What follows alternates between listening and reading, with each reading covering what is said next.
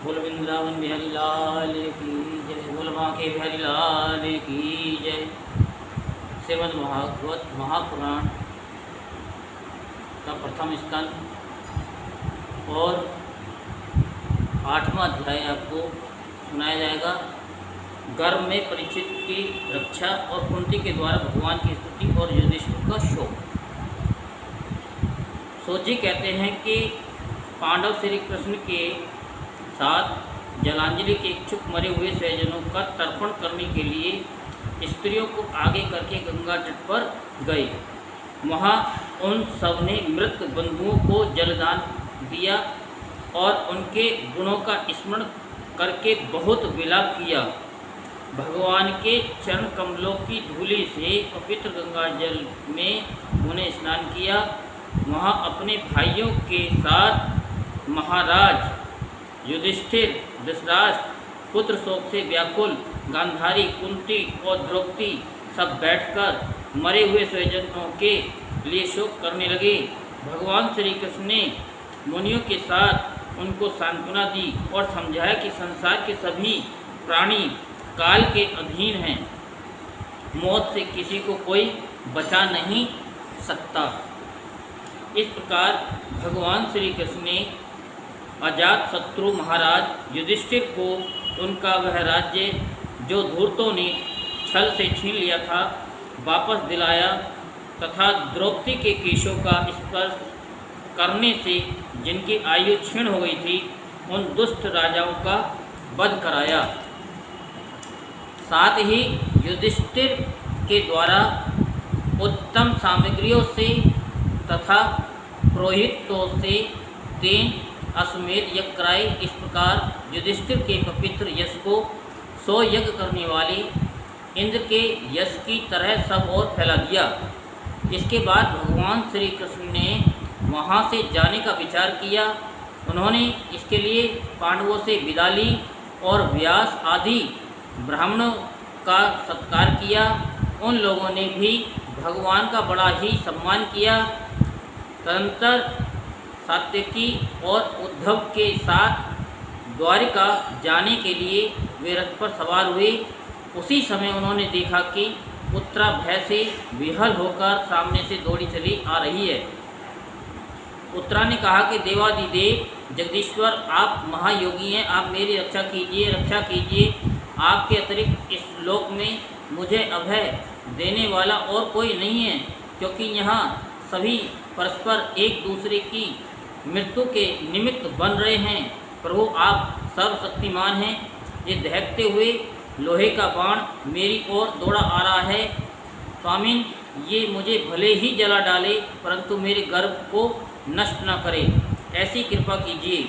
सूत जी कहते हैं कि भक्तवत्सल भगवान श्री कृष्ण उसकी बात सुनते ही जान गए कि अश्वत्थामा ने पांडवों के वंश को निर्बीज करने के लिए ब्रह्मास्त्र का प्रयोग किया है।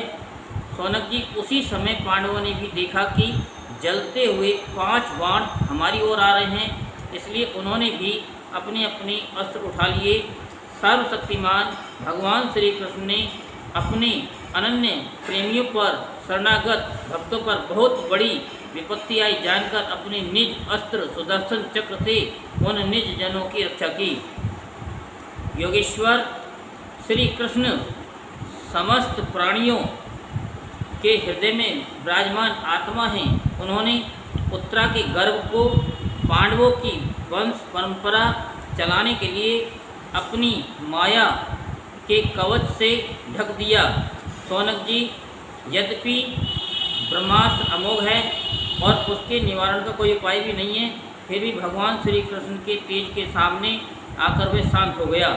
ये कोई आश्चर्य की बात नहीं समझनी चाहिए, क्योंकि भगवान तो सर्वाश्चर्य में हैं। वे ही अपनी निज शक्ति माया से स्वयं अजन्मा होकर भी इस संसार की सृष्टि, रक्षा और संहार करते हैं।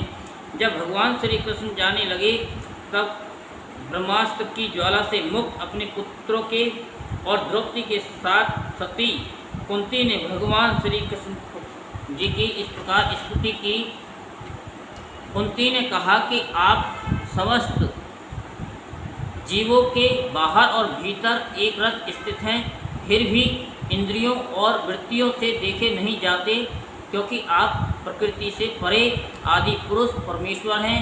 मैं आपको नमस्कार करती हूँ। इंद्रियों से जो कुछ जाना जाता है उसकी तह में आप विद्यमान रहते हैं और अपनी ही माया के पर्दे से अपने को ढके रहते हैं। मैं अबोध नारी आप अविनाशी पुरुषोत्तम को भला कैसे जान सकती हूँ? जैसे मूढ़ लोग दूसरा वेश धारण किए हुए नट को प्रत्यक्ष देखकर भी नहीं पहचान सकते, वैसे ही आप दिखते हुए भी नहीं दिखते। आप शुद्ध हृदय वाले विचारशील जीवन मुक्त परमहंसों के हृदय में अपनी प्रेम में भक्ति का सृजन करने के लिए अवतीर्ण हुए हैं। फिर हम अल्प बुद्धि स्त्रियां आपको कैसे पहचान सकती हैं? आप श्री कृष्ण वासुदेव देवकी नंदन नंद गोप के लाडले लाल गोविंद को हमारा बारंबार प्रणाम है, जिनकी नाभि से ब्रह्मा का जन्म स्थान कमल प्रकट हुआ है, जो सुंदर कमलों की माला धारण करते हैं, जिनके नेत्र कमल के समान विशाल और कोमल हैं, जिनके चरण कमलों में कमल का चिन्ह है। श्री कृष्ण, ऐसे आपको मेरा बार बार नमस्कार है। ऋषिकेश, जैसे आपने दुष्ट कंस के द्वारा कैद की हुई और चिरकाल से शोकग्रस्त देवकी की रक्षा की थी, वैसे ही पुत्रों के साथ मेरी भी आपने बार बार विपत्तियों से रक्षा की है। आप ही हमारे स्वामी हैं। आप सर्वशक्तिमान श्री कृष्ण, कहाँ तक गिनाऊं? विश्व से लक्षागृह की भयानक आग से, हिडिम्ब आदि राक्षसों की दृष्टि से, दुष्टों की धूत सभा से, वनवास की विपत्तियों से और अनेक बार के युद्धों में अनेक महारथियों के शस्त्रास्त्रों से और अभी अभी इस अश्वत्थामा के ब्रह्मास्त्र से भी आपने हमारी रक्षा की है। जगत गुरु, हमारे जीवन में सर्वदा पद पद पर विपत्तियां आती रहें, क्योंकि विपत्तियों में ही निश्चित रूप से आपके दर्शन हुआ करते हैं और आपके दर्शन हो जाने पर फिर जन्म मृत्यु के चक्र में नहीं आना पड़ता। ऊंचे कुल में जन्म, ऐश्वर्य, विद्या और संपत्ति के कारण जिसका घमंड बढ़ रहा है, वह मनुष्य तो आपका नाम भी नहीं ले सकता, क्योंकि आप तो उन लोगों को दर्शन देते हैं जो अकिंचन हैं। आप निर्धनों के परम धन हैं।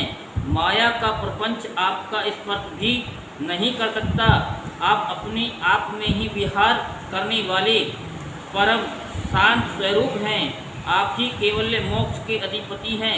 आपको मैं बार बार नमस्कार करता हूँ। मैं आपको अनादि अनंत सर्वव्यापक सबके नियंता काल रूप परमेश्वर समझती हूँ। संसार के समस्त पदार्थ और प्राणी आपस में टकराकर विषमता के कारण परस्पर विरुद्ध हो रहे हैं, परंतु आप सब में समान रूप से विचर रहे हैं।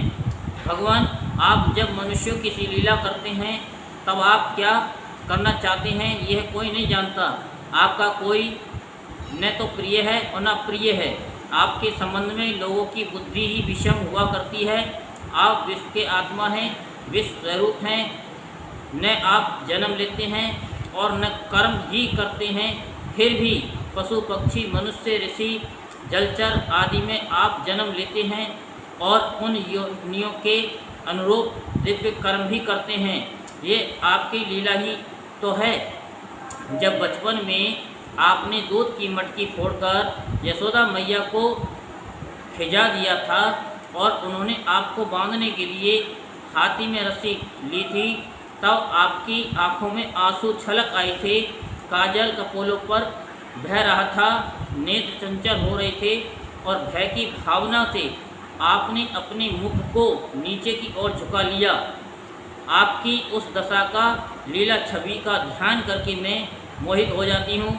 भला जिससे भय भी भय मानता है, उसकी ये दशा आपने अजन्मा होकर भी जन्म क्यों लिया है, इसका कारण बतलाते हुए कोई महापुरुष यूँ कहते हैं कि आप जैसे मलयाचल की कीर्ति का विस्तार करने के लिए उसमें चंदन प्रकट होता है, वैसे ही अपने प्रिय भक्त पुण्य श्लोक राजा यदु की कीर्ति का विस्तार करने के लिए ही आपने उनके वंश में अवतार ग्रहण किया है। दूसरे लोग यूँ कहते हैं कि वसुदेव और देवकी ने पूर्व जन्म में सुतपा और पत्नी के रूप में आपसे यही वरदान प्राप्त किया था, इसलिए आप अजन्मा होते हुए जगत के कल्याण और दैत्यों के नाश के लिए उनके पुत्र बने। कुछ लोग यूँ कहते हैं कि ये पृथ्वी दैत्यों के अत्यंत भार से समुद्र में डूबते हुए जहाज की तरह डगमगा रही थी, पीड़ित हो रही थी। तब ब्रह्मा जी की प्रार्थना से उसका भार उतारने के लिए आप प्रकट हुए हैं।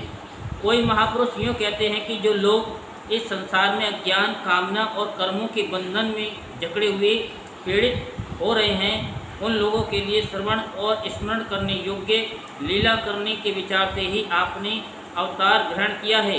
भक्तजन बार बार आपके चरित्र का श्रवण, गान, कीर्तन एवं स्मरण करके आनंदित होते रहते हैं। वे ही अविलंब आपके उस चरण कमल का दर्शन कर पाते हैं जो जन्म मृत्यु के प्रभाव को सदा के लिए रोक देता है। भक्त वांछल कल्पतरु प्रभु, क्या अब आप अपने आश्रित और संबंधी हम लोगों को छोड़कर जाना चाहते हैं? आप जानते हैं कि आपके चरण कमलों के अतिरिक्त हमें और किसी का सहारा नहीं है। पृथ्वी के राजाओं के तो हम यूँ ही विरोधी हो गए हैं, जैसे जीव के बिना इंद्रियां शक्तिहीन हो जाती हैं, वैसे ही आपके दर्शन बिना यदुवंशियों के और हमारे पुत्र पांडवों के नाम तथा रूप का अस्तित्व ही क्या रह जाता है। गदाधर, आपके विलक्षण चरण चिन्हों से चिन्हित ये कुरंजल देश की भूमि आज वैसे ही शोभायमान हो रही है जैसी आपके चले जाने के बाद न रहेगी। आपकी दृष्टि के प्रभाव से ही ये देश पकी हुई फसल तथा लता वृक्षों से समृद्ध हो रहा है। ये वन, पर्वत, नदी और समुद्र भी आपकी दृष्टि से ही वृद्धि को प्राप्त हो रहे हैं। आप विश्व के स्वामी हैं, विश्व के आत्मा हैं और विश्व रूप हैं। यदुवंशियों और पांडवों में मेरी बड़ी ममता हो गई। आप कृपा करके स्वजनों के साथ जोड़े हुए इस सने की दृढ़ फांसी को काट दीजिए। श्री कृष्ण जैसे गंगा की अखंड धारा समुद्र में गिरती रहती है, वैसी ही मेरी बुद्धि किसी दूसरी ओर न जाकर आपसे ही निरंतर प्रेम करती रहे। श्री कृष्ण अर्जुन के प्यारे सखा, यदुवंश शिरोमणि, आप पृथ्वी के भार रूप राजवेशधारी दैत्यों को जलाने के लिए अग्नि स्वरूप हैं। आपकी शक्ति अनंत है। गोविंद, आपका ये अवतार गौ, ब्राह्मण और देवताओं का दुख मिटाने के लिए है। योगेश्वर, चराचर के गुरु भगवान, मैं आपको नमस्कार करती हूँ। सूत जी कहते हैं कि इस प्रकार कुंती ने बड़े मधुर शब्दों में भगवान की अधिकांश लीलाओं का वर्णन किया। ये सब सुनकर भगवान श्री कृष्ण अपनी माया से उसे मोहित करते हुए मंद से मंद मुस्कुराने लगे। उन्होंने कुंती से कह दिया, अच्छा ठीक है, और रथ के स्थान से वे हस्तिनापुर लौट आए। वहाँ कुंती और सुभद्रा आदि देवियों से विदा लेकर जब वे जाने लगे, तब राजा युधिष्ठिर ने बड़े प्रेम से उन्हें रोक लिया। राजा युधिष्ठिर को अपने भाई बंधुओं के मारे जाने का बड़ा शौक हो रहा था। भगवान की लीला का मर्म जानने वाले व्यास और महर्षियों ने और स्वयं अद्भुत चरित्र करने वाले भगवान श्री कृष्ण ने भी अनेकों इतिहास कहकर उन्हें समझाने की बहुत चेष्टा की, परंतु उन्हें सांत्वना न मिली। उनका शोक न मिटा। शौनकादि ऋषियों धर्मपुत्र राजा युधिष्ठिर को अपने स्वजनों के वध से बड़ी चिंता हुई। वे अविवेक युक्त चित्त से स्नेह और मोह के वश में होकर कहने लगे, भला मुझ दुरात्मा के हृदय में बदमूल हुए इस अज्ञान को तो देखो। मैंने सियार कुत्तों के आहार इस अनात्मा शरीर के लिए अनेक अक्षौणी सेना का नाश कर डाला। मैंने बालक ब्राह्मण संबंधी, मित्र, चाचा ताऊ, भाई बंधु और गुरुजनों से द्रोह किया। करोड़ों वर्षों से भी नरक से मेरा छुटकारा नहीं हो सकता। यद्यपि शास्त्र का वचन है कि राजा यदि प्रजा का पालन करने के लिए धर्म युद्ध में शत्रुओं को मारे तो उसे पाप नहीं लगता, फिर भी इससे मुझे संतोष नहीं होता। स्त्रियों के पति और भाई बंधुओं को मारने से उनका मेरे द्वारा यहाँ जो अपराध हुआ है उसका मैं ग्रस्तोचित यज्ञादि के द्वारा मार्जन करने में समर्थ नहीं हूँ। जैसे कीचड़ में गांदला जल स्वच्छ नहीं किया जा सकता, मदिरा से मदिरा की अपवित्रता नहीं मिटाई जा सकती, वैसे ही बहुत से हिंसा बहुल यज्ञों के द्वारा एक भी प्राणी की हत्या का प्रायश्चित नहीं किया जा सकता। यहीं पर जो है 8वां अध्याय संपूर्ण होता है। बोल वृंदावन बिहारी लाल की जय, बोल बांके बिहारी लाल की जय।